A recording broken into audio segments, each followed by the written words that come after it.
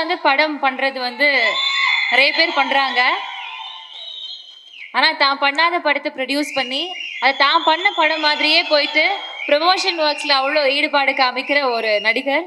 அதாவது வெளியில வந்து ஒரு டாக் போயிட்டு இருந்துச்சு, ஒவ்வொரு ப்ரொடியூசரும் இந்த மாதிரி வருஷத்துக்கு 2 படம் பண்ணா போதும், குட் ஃபிலிம் வாட்சிங் எக்ஸ்பீரியன்ஸ் வந்து அதிகமாக இருக்கும் தமிழ் சினிமாவில் அப்படின்னு சொல்லிட்டு இருந்தாங்க. It is very true. Thank you so much. இந்த மாதிரி தரமான கதைகள் நீங்கள் சூஸ் பண்ணுறதுக்கு ரொம்ப நன்றி. Thank you. Yes please, over to you.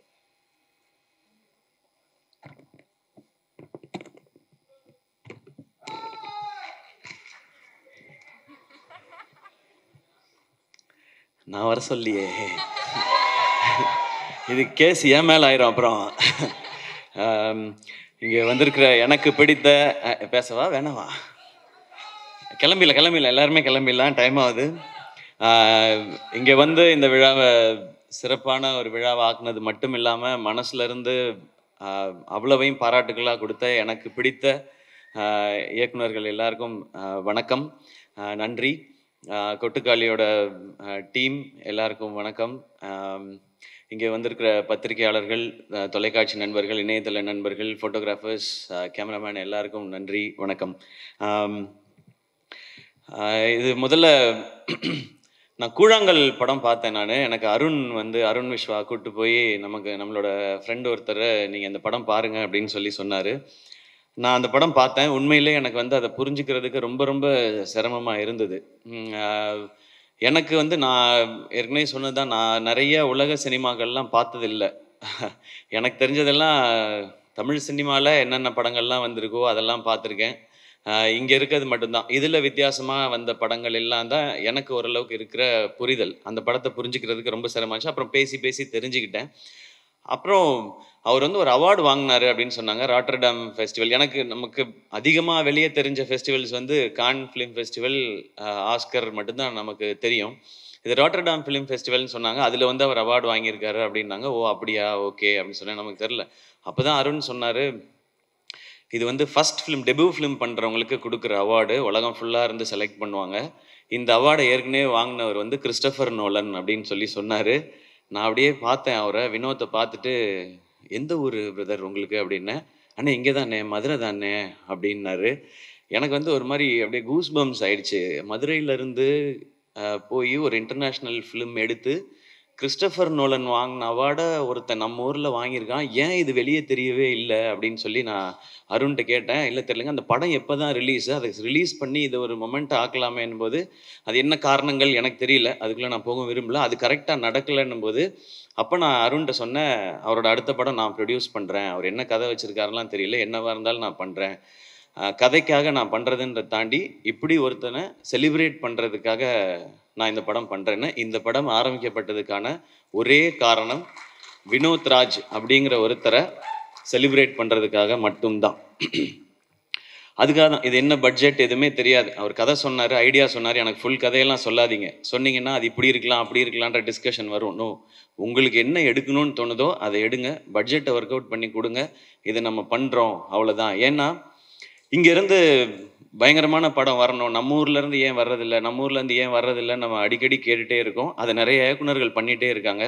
அதையும் தாண்டி ஒரு ஸ்டெப் வைக்கணும்னா இந்த மாதிரி ஒரு விஷனோடு வரும்பொழுது அவங்கள எந்த கேள்வியும் கேட்காம அந்த விஷனோடே அவங்கள விட்டுறது தான் சரியாக இருக்கும்னு எனக்கு தோணுச்சு. ஸோ இது வினோத் ராஜை செலிப்ரேட் பண்ணுறதுக்காக நான் எடுத்த படம் இது. இப்போ அந்த செலிப்ரேஷன் ஆரம்பிச்சிருச்சுன்னு நினைக்கிறேன். இந்த படம் பார்த்து இங்கே மிஷ்கின் சார் பேசினது, பாலாஜி சக்திவேல் சார் பேசினது, லிங்குசாமி சார் பேசினது, வெற்றி சார் பேசினது, இன்னும் நிறைய இயக்குனர்கள் பேசினது எல்லாம் பார்க்கும்பொழுது ஓகே, நம்ம எல்லாரும் சேர்ந்து செலிப்ரேட் பண்ண ஆரம்பிச்சிட்டோம் அப்படிங்கிறது தான் எனக்கு அந்த சந்தோஷம் இருக்குது. வினோத், இது வந்து ஒரு ஸ்டார்ட் தான். இந்த படத்தில் நான் என்ன இன்வெஸ்ட் பண்ணியிருக்கேனோ இது போக இந்த படம் வெற்றி அடைஞ்சு எனக்கு லாபம் வந்தால் அதில் ஃபஸ்ட்டு இருக்கிறத எடுத்து நான் உங்களுக்கு அடுத்த படம் அட்வான்ஸாக கொடுப்பேன். நீங்கள் அடுத்து என்ன படம் எடுக்கணும்னு நினைக்கிறீங்களோ அதை எடுங்க. அது போக இன்னும் கொஞ்சம் லாபம் கிடைச்சதுன்னா வினோத் ராஜ் மாதிரி இன்னும் எங்கேயாவது இயக்குனர்கள் இருக்காங்களான்னு தேடி கண்டுபிடிச்சி கொடுக்கறதுக்கு அருண் விஸ்வா இருக்கிறாரு. அவர் அந்த மாதிரி கண்டுபிடிச்சி கொடுத்தாருன்னா அவங்களுக்கு இன்னும் 2 பேருக்கு நான் அட்வான்ஸ் கொடுப்பேன். ஏன்னா சம்பாதிக்கணும் அப்படின்ற மாதிரி படம் எடுக்கணும். முக்கியம், சினிமாவில் முக்கியமானது வந்து ஒரு பணம் போட்டால் அதுலேருந்து நம்ம சம்பாதிக்கணும். பட் நான் சம்பாதிக்கிறதுக்கு நீங்கள் வந்து எனக்கு நடிகன்ற அங்கீகாரம் கொடுத்து என்னை அதுலேயுமே ஸ்டார் ஆக்கி என் படத்துடைய வியாபாரத்தையும் நீங்கள் பெருசாக்கி வச்சுருக்கீங்க. நான் போய் சின்சியராக வேலை பார்த்தா நிச்சயமாக காசு வரும். அப்போ அதுலேருந்து சினிமாக்கும் பயன்படுற மாதிரி ஏதாவது ஒன்று செய்யணும் அப்படிங்கிறதான். அன்னைக்கு புஷ்கர் காயத்ரி அவங்க படம் பார்த்துட்டு என்கிட்ட வந்து கை கொடுத்துட்டு ஒன்று தான் சொன்னாங்க, this is your service to சினிமான்னு சொன்னாங்க. அப்படி இந்த படம் நடந்துருச்சுன்னா நமக்கு இந்த வாழ்க்கையை கொடுத்த இந்த சினிமாவுக்கு என்னால் முடிஞ்ச ஒரு சின்ன ரிட்டர்னாக நான் இதை பார்க்குறேன். தேங்க்யூ. இந்த மாதிரி படங்கள் எடுக்கிறதுக்கான தைரியத்தை கொடுத்தது மக்கள் நீங்கள் எல்லாரும் தான். நீங்கள் என்னை நடிகன் ஆக்குனது, அதன் மூலமாக எனக்கு கிடைக்கிறது மூலமாக வச்சு நான் இதை பண்ணுறேன். அண்ட் நான் சினிமாவுக்கு வந்தது வந்து நிறைய கமர்ஷியல் சினிமாஸ் பார்த்து, நான் நடிக்கிற படங்கள் எப்போவுமே அப்படி தான் இருக்கும். அது வசூல் இருக்கணும்னு நினைப்பேன். ஏன்னா இப்போ வந்து என்னுடைய படங்களில் வந்து இன்வெஸ்ட்மெண்ட் பெருசாகிடுச்சு. அப்போ அது ரிட்டர்ன் ப்ரொடியூசர் எடுக்கணும், வெகுஜன மக்களுக்கு போய் சேரணும், எல்லாருக்கும் பிடிக்கணுன்றது தான் நான் நடிக்கிற படங்கள். அது கமர்ஷியலாக சக்ஸஸ் ஆகும்போது நான் மனசுக்குள்ளே நினச்சிக்கிறது, இதுக்கு முன்னாடி நான் பார்த்த ஹீரோஸ், எனக்கு பிடிச்ச ஹீரோஸ், அவங்களுடைய படங்கள் அதெல்லாம் பார்த்து தான் நம்ம நடிக்க வந்தோம், அவங்களுக்கான ட்ரிபியூட். ஆனால் இந்த கொட்டுக்காளி வந்து இந்த படம் எடுத்தது இன்னைக்கு இருக்குது. நான் முக்கியமாக காலேஜ் டைமில் தான் நான் அதிகமான சினிமா பார்த்தேன். ஸ்கூல் டைமில் அப்போ வீட்டில் அவ்வளோ பெர்மிஷன் கிடைக்காது, அவங்க கூட்டிகிட்டு போகிற சினிமா மட்டும்தான். காலேஜ் டைமில் நான் பார்த்த காலகட்டத்தில் தான் நான் வந்து பார்த்தது வந்து Balaji Sakthivel sir, Lingusamy sir, Gautham Menon sir, AR Murugadoss sir, Hari sir, Dharani sir, இவங்க படங்கள் எல்லாம் தான் நான் பார்த்தேன். ஸோ நான் இந்த மாதிரி படங்கள் எடுத்து இது வந்து சக்ஸஸ் ஆகிறது, இது வரைக்கும் தமிழ் சினிமாவை ஒவ்வொரு முறையும் அடுத்தடுத்த கட்டத்துக்கு கொண்டு போன இயக்குனர்களுக்கு ஒரு ரசிகனாக நான் கொடுக்குற ஒரு மரியாதையும் ட்ரிபியூட்டும் தான். பாரதி ராஜா சார், பாலச்சந்தர் சார்ல ஆரம்பித்து இன்னைக்கு எல்லா வகையிலையுமே நம்ம சினிமாவே நெக்ஸ்ட் லெவலுக்கு கொண்டு போயிட்டு இருக்கிற வெற்றி சாராக இருக்கட்டும், எல்லாருக்குமே நான் ஒரு சினிமா ரசிகனாக இருந்து சினிமாவுக்குள்ளே வந்ததுக்கு என்னுடைய ஒரு ட்ரிபியூட்டாக நான் இந்த கொட்டுக்காளி படத்தை நான் பார்க்குறேன். தேங்க்யூ. நீங்கள் எல்லாரும் இன்ஸ்பயர் பண்ணியிருக்கீங்க அடுத்தடுத்த ஜென்ரேஷன்ஸை. ஸோ நாங்கள் அடுத்த ஜென்ரேஷன் எல்லாரும் சேர்ந்து இதை முயற்சி பண்ணியிருக்கிறோம். வினோத் எனக்கு ரொம்ப பிடிச்சது வந்து இந்த படத்தில் வந்து மியூசிக் டைரக்டர் கிடையாதுன்னு சொன்னார். எனக்கு ஒரு செகண்ட் எப்படி அது அப்படின்னு யோசிச்சேன் நான். இல்லை, அவர் என்ன சொன்னார்னா, மியூசிக் எதுவுமே இல்லாமல் இதுதான் இந்த கதை, இந்த கேரக்டர்ஸ் இதுதான் பயணிக்குதுன்னு எனக்கு சொல்லணும். ஆடியன்ஸ் அவங்களோட ட்ராவல் பண்ணி அவங்க என்ன உணர்றாங்களோ அதை, கேரக்டர்ஸ் என்ன உணர்றாங்களோ அதை ஆடியன்ஸ் உணரணுன்றது தான் என்னுடைய முயற்சினை, அதை தான் பண்ண போகிறேன்னு சொன்னார். ஸோ இந்த படம் அப்படி தான் இருக்கும். அந்த ஒரு மைண்ட் செட்டோட மட்டும் வாங்க, இது நிச்சயமாக ஒரு புது அனுபவத்தை உங்களுக்கு கொடுக்கும் அப்படின்ற நம்பிக்கை எங்களுக்கு இருக்குது. இந்த மாதிரி படம் இனி ஃப்யூச்சரில் நிறையா வரும்ன்ற நம்பிக்கையும் இருக்குது. இன்றைக்கி தமிழ் சினிமா, நம்மளுடைய மீடியாவும் சரி, ரசிகர்களும் சரி, புது அட்டம்ப்ட் இல்லை ரொம்ப சின்சியராகவோ இல்லை ரொம்ப ஜெனுவினாவோ ஏதோ ஒன்று இருந்தால் அதை நீங்கள் எப்போவுமே சப்போர்ட் பண்ணியிருக்கீங்க. இந்த படம் தேட்டரில் ஓடி உங்களுக்கெல்லாம் பிடிச்சி என்ன வசூல் பண்ணாலும் சந்தோஷம்தான். ஏன் அப்படின்னா, இந்த படம் பார்க்குறதுக்கு எத்தனை பேர் தேட்டருக்குள்ளே வராங்களோ அவங்களுக்கு ஒரு புது அனுபவத்தை இந்த டீம் வந்து நாங்கள் கொடுக்கணும்னு நினைக்கிறோம். இனி இந்த மாதிரியான படங்கள் பார்க்குறவங்களுக்கு இது ஒரு ஃபர்ஸ்ட் ஸ்டெப்பாக இருக்கும் அப்படிங்கிறது எங்களுடைய நம்பிக்கை. நான் பெரிய சினிமாவே மாற்ற போகிற ஆட்கள்லாம் கிடையாது. ஆனால் சினிமாவே மாற்ற போகிறதுக்கான அந்த ஆள் வந்து வினோத்ராஜ்ன்னு நான் நம்புகிறேன். அவரால் அது முடியும்னு நம்புகிறேன். அதுக்கு நாங்கள்லாம் இப்படி சும்மா சப்போர்ட்டாக இருப்போம். அண்ட் அனபென், உங்களோட ஹெலன் பார்த்துருக்கேன், கப்பெல்லா இதெல்லாம் பார்த்துருக்கோம். உங்களோட பெர்ஃபார்மன்ஸ் எப்படின்றது தெரியும். இதில் அதை தாண்டி வேற ஒரு பெர்ஃபார்மன்ஸ் நீங்கள் கொடுக்க வேண்டி இருந்தது.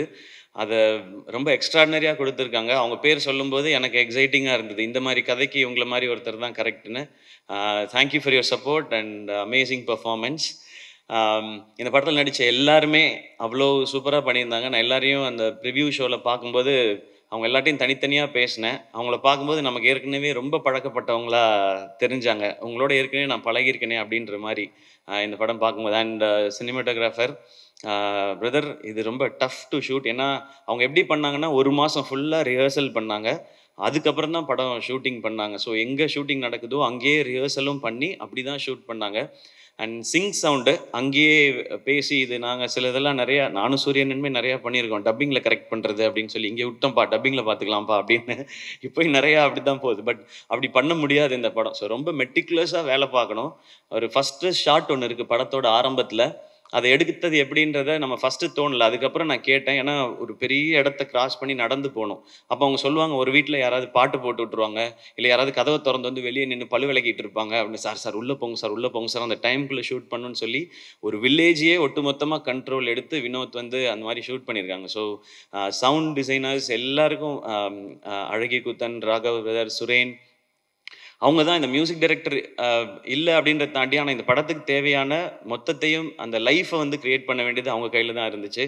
அவங்களுக்கும் என்னுடைய தேங்க்ஸ் அண்ட் வாழ்த்துக்கள். அண்ட் கணேஷ் சிவா எடிட்டர், அவர் என் ஃப்ரெண்ட் நவநீதனோட தம்பி அவர். ஸோ இன்னும் கொஞ்சம் பர்சனல் தான் அவர். அவரோட ஒர்க் சொல்கிறாங்க. ட்ரெய்லர் ரொம்ப ரொம்ப நல்லா இருந்தது. அகைன் மியூசிக்கே இல்லாமல், நிறையா டைலாக்ஸும் இல்லாமல் ஒரு ட்ரெய்லரை கட் பண்ணணும் அப்படின்னும் போது அதுவும் இன்னும் சேலஞ்ச். படம் பண்ணுறதை விட சேலஞ்ச். படத்தையாவது செட் பண்ணலாம், மூடை இப்படி ஆரம்பிக்கும். ட்ரெய்லர் அப்படி பண்ண முடியாது, டைம் எடுத்துக்க முடியாது. அதுக்குள்ளே ஒரு ஃபென்டாஸ்டிக் ட்ரெய்லர் கொடுத்துருக்காங்க. அண்ட் அசிஸ்டன்ட் டைரக்டர்ஸ் எல்லாருக்கும் என்னுடைய வாழ்த்துக்கள். ஃபைனலாக சூரியனை வந்து ஒரு காமெடியன் டு ஹீரோ அப்படின்றதெல்லாம் தாண்டி எப்போவுமே அவர் எனக்கு தெரிஞ்ச வகையில் அவர் ஒரு சூப்பர்வான ஆக்டர். அவரால் ஏன் இந்த மாதிரி கதைகளை வந்து ரொம்ப சிறப்பாக பண்ண முடியுதுன்னா, அவருடைய லைஃப் எக்ஸ்பீரியன்ஸ் அந்த மாதிரி. அவர் வந்து மேபி என்ன மாதிரிலாம் காலேஜில் போய் டயத்தை வேஸ்ட் பண்ணாமல் வாழ்க்கைக்கு எது தேவையோ அதை வாழ்க்கைக்குள்ளேருந்தே எடுத்துக்கிட்டு வந்துட்டாருன்னு நினைக்கிறேன். அவருக்கு அவ்வளோ லைஃப் இருக்குது. அவரை நீங்கள் பார்க்கும்போது ரொம்ப காமெடியான ஒருத்தராக தான் எல்லாருக்குமே தெரியும். ரொம்ப இன்னசென்ட்டுன்னு தான் தெரியும். பார்க்க தான் மாணிக்கம், ஆனால் அவர் அப்படி கிடையாது. ஊரில் அவர் பயங்கரமான ஒரு ஆள். அவருடைய கதைகள் கேட்டால் அதுக்குள்ளே எல்லாமே இருக்குது. அவர் வாழ்ந்த வாழ்க்கைக்குள்ளே அவ்வளோ இருக்குது. அது மனசுக்குள்ளேருந்து அவர் வெளிப்படுத்தும் போது இந்த மாதிரியான பெர்ஃபார்மன்ஸ் வருதுன்னு நான் நம்புகிறேன். விடுதலை அவருக்கு ஒரு பெரிய டைமென்ஷன். அதை வந்து வெற்றி சார் வந்து கொடுத்தாங்க. அப்போ அந்த விடுதலை நடந்துட்டு இருக்கும்போதே இந்த கொட்டுக்காளி அந்த படம் பண்ணாங்க. நான் கொட்டுக்காளி ரஷஸ் பார்த்துட்டு சொன்னேன், அண்ணா விடுதலை படத்தில் வெற்றி சார் வந்து உங்களை பயங்கரமாக ஒர்க் வாங்கியிருப்பாங்கன்னு. அவங்க வந்து யாருனாலுமே பயங்கரமாக நடிக்க வச்சுருவாங்க. பட் எனக்கு என்னமோ தோணுது, கொட்டுக்காளி படம் அதை விட 1 மார்க் எக்ஸ்ட்ரா வாங்கிடும்னு நினைக்கிறேண்ணே உங்களோட ஆக்டரா அப்படின்னு சொல்லி. எனக்கு அதுதான் ஃபஸ்ட்டு ரஷஸ். அப்போ நான் விடுதலை பார்க்கல. நான் விடுதலை பார்க்காமலே எனக்கு தோணுனது அதுதான். ஏன் அப்படின்னா, மேபி அது இன்னும் நெருக்கமாக அவரை நமக்கு காட்டினதுனால. அண்ட் இதில் ஒரு சின்ன ஒரு ஷேடு இருக்குது. அது இது வரைக்கும் நம்ம சூரியன்கிட்ட பார்க்காத ஷேடு. அதனால எனக்கு அது தோண்டிகிட்டே இருந்துச்சு. அண்ட் கருடன், அது வந்து கருடன் இந்த பிளானில் இருக்குன்னே எனக்கு தெரியாது. வந்து ஒரு பெரிய கமர்ஷியல் சக்ஸஸ் கொடுத்தேன். இந்த வருஷம் சக்ஸஸ்ஃபுல்லாக ஓடின படங்களில் முக்கியமான இடத்துல கருடன் இருக்குது. ஒரு 3-4 ஃபிலிம்ஸ் தான் இருக்குதுன்னு நினைக்கிறேன், ஒரு ப்ராப்பர் பிளாக் பஸ்டர் ஃபிலிம்னு. அதில் கருடன் இருக்குது. ஸோ கமர்ஷியல் சக்ஸஸும் கொடுத்துட்டாரு. நான் கம்பேர் பண்ணுறேன்னு நினைக்க வேணாம். எனக்கு வந்து நான் காலேஜ் படிக்கும்போது ஞாபகம் இருக்குது, விக்ரம் சாருக்கு வந்து தூள், சாமி, பிதாமகன் ஒரே வருஷத்தில் வந்துச்சு. சார் விக்ரம் சார், நான் கம்பேர் பண்ணி சொல்ல சார், அந்த இயர் உங்களுக்கு எப்படி ஸ்பெஷலாக இருந்ததோ அந்த மாதிரி ஒரு ஸ்பெஷல் இயர் சூரியனனுக்கு இந்த வருஷம். விடுதலை, கருடன் அண்ட் இந்த கொட்டுக்காளி, இதில் சூரியனனுக்கு நேஷ்னல் அவார்டு கிடச்சிச்சின்னா என்னை விட அதிகமாக சந்தோஷப்படுறவங்க யாரும் இருக்க மாட்டாங்க. நான் கிடைக்கும்னு நம்புகிறேன். அப்படி இந்த படத்தில் ஏதாவது லைட்டாக முன்ன பின்ன ஆனாலும் வெற்றி சார் இருக்கார், அவர் வாங்கி கொடுத்துருவாருன்ற நம்பிக்கை எனக்கு இருக்கு. ஸோ அது கிடைக்கணும். அண்ட் எனக்கு இன்னும் ஆசை, இன்னும் மிஷ்கின் சாரோட படத்தில் ஒர்க் பண்ணணும் சூரியன் அடுத்து. சார் நீங்கள் வந்து சூப்பர் சார், தேங்க்யூ சார். அதே மாதிரி பாலா சக்திவேல் சாரோட படத்தில் ஒர்க் பண்ணணும். ஏன்னா அவர் உண்மையிலே ரொம்ப ரொம்ப திறமையான நடிகர். எனக்கு ஏன் அதெல்லாம் நான் ஏன் ஒர்க் பண்ணணும்னு கேட்கலன்னா, அவங்களாம் நிறைய பயங்கரமாக நடிக்க சொல்லுவாங்க. நமக்கு அவ்வளோ வராது. நமக்கு ஓரளவுக்கு அப்படியே பண்ணிவிட்டு மொத்தமாக ஒரு பேக்கேஜ் தான் நம்ம. ஆனால் சூரியன்னா என்னை விட இன்னும் நல்லா நடிக்கக்கூடியவர். ஸோ இந்த மாதிரி ஒரு எக்ஸ்ட்ராடினரியான டைரக்டர்ஸோட அவர் ஒர்க் பண்ணணும். இன்னும் நிறைய விருதுகள் வாங்கணும். இன்னும் நிறையா மக்கள்கிட்ட போய் இன்னும் பெரிய பெரிய ஹீரோவாக ரீச் ஆகிட்டே இருக்கணும். அவர் எனக்கு காமெடியன், ஹீரோ அப்படிலாம் நான் பார்த்ததே கிடையாது. என்றைக்குமே அண்ணன், என் அண்ணன் ஜெயிச்சா நான் ஜெயிச்ச மாதிரி, அவ்வளோதான். அண்ட் மீண்டும் ஒரு முறை பாலா சக்திவேல் சார், உங்களுக்கு ஒரு ஸ்பெஷல் தேங்க்ஸ். ஏன்னா முருகதாஸ் சார் அன்னைக்கு சொன்னார், சார் நீங்கள் படம் பார்த்துட்டு போய் டியர் சார்ஸ்ன்னு போட்டு டைரக்டர்ஸ் குரூப்பில் இந்த படத்தை கண்டிப்பாக பாருங்கன்னு சொல்லி அவங்க வந்து மெசேஜ் போட்டாங்க. அண்ட் லிங்குசாமி சார் படம் பார்த்துட்டு ஒரு பைட் கொடுத்துட்டு அடுத்த நாள் காலையில் எழுந்திரிச்சு ஒரு 5 minutes வீடியோ கொடுத்துட்டு இங்கே வந்து படத்தை பற்றி பேசுகிறாங்க. Thank you sir. அண்ட் மணி சாருக்கு வந்து இவங்க வாய்ஸ் நோட் போட்டிருக்காங்க. மணிரத்னம் சாருக்கு, சாரி நான் மணி சார்ன்னு சொல்லிட்டேன்னு தப்பாக நினச்சிக்காதீங்க. மணிரத்னம் சாருக்கு வந்து வாய்ஸ் நோட் போட்டிருக்காங்க, நான் ஒரு படம் பார்த்தேன் சார்ன்னு சொல்லி. சாரும் நான் பார்க்குறேன்னு சொல்லி. ஸோ இவ்வளோ ஓன் பண்ணி பண்ணுறாங்க. வெற்றி சாரும் அந்த மாதிரி எங்கே பார்த்தாலுமே வினோத் முக்கியமான டைரக்டர், கொட்டுக்காளி படம் வரப்போகுதுன்னு சொல்கிறாங்க. அண்ட் மிஷ்கின் சார் எனக்கு தெரிஞ்சு நாங்கள் யாரும் எந்த கண்டென்ட்டும் இந்த படத்தை ப்ரமோட் பண்ணுறதுக்கு இதுக்கப்புறம் கொடுக்க வேண்டிய அவசியமே இல்லைன்னு நினைக்கிறேன். 10 எபிசோடு யூடியூப்பில் போடலாம், முடிஞ்சால் நெட்ஃப்ளிக்ஸ்லேயோ அமேசான்லேயோ ஒரு சீசனாகவே ரிலீஸ் பண்ணலாம். மிஷ்கின் சாரும் கொட்டுக்காளி ஆடியோ லான்ச்சுன்ற பேரில் எனக்கு தெரிஞ்சு அது கொட்டுக்காளியை விட அதிக ஓடிடி ரைட்ஸ் போகிறதுக்கு வாய்ப்பு நிறையா இருக்குது. அவ்வளோ கண்டென்ட் ஏன் அவங்களுக்கு இதில் எதுவுமே பெனிஃபிட் இல்லையே, ஆனால் அதுதான் அவங்க சினிமா மேலே வச்சுருக்க காதல். இதுக்கு எவ்வளோ நன்றி சொன்னாலும் பத்தாது. எனக்கு ரொம்ப சந்தோஷம் இந்த சினிமாவில் இயக்குனர்கள் ஆவது இவ்வளோ ஒற்றுமையாக இருக்காங்களேன்னு நினைக்கும் போது எனக்கு ரொம்ப சந்தோஷமாக இருக்குது. அது இருக்கட்டும், ஏன்னா இயக்குனர்கள் நீங்கள் ஒற்றுமையாக இருந்து வித்தியாசமான படைப்புகளை கொடுத்தா தான் நாங்கள் ஹீரோஸோ ஸ்டார்ஸோ எல்லாமே உங்கள்கிட்ட கிடைக்க சந்தோஷம். Ravikumar brother, thank you. இதை நீங்கள் இன்னும் மக்கள்கிட்ட கொண்டு போய் சேர்க்குற விதமாக ஒலிம்பிக்கோட கம்பேர் பண்ணி சொன்னீங்க. தேங்க்யூ உங்களுக்கு. அண்ட் பத்திரிகையாளர்கள், நிச்சயமாக உங்களுக்கு இந்த படம் பிடிக்கும்ன்ற நம்பிக்கை இருக்குது. இந்த படம் வசூல் செய்கிறது விட ரொம்ப ரொம்ப முக்கியம் வினோத் இந்த படத்தின் மூலமாக அடுத்த கட்டத்துக்கு நகர்றது. ஏன்னா நான் பார்க்குறது வினோத் தமிழ் சினிமாவோட ஒரு ப்ரைடு. எங்கள் தமிழ் சினிமாவிலேருந்து எங்ககிட்ட ஒரு இயக்குனர் இருக்கான், அவன் வினோத் ராஜ், கொட்டுக்காளியோட வரான் அப்படின்றதான். ஆடியன்ஸ் படத்தை பாருங்கள்.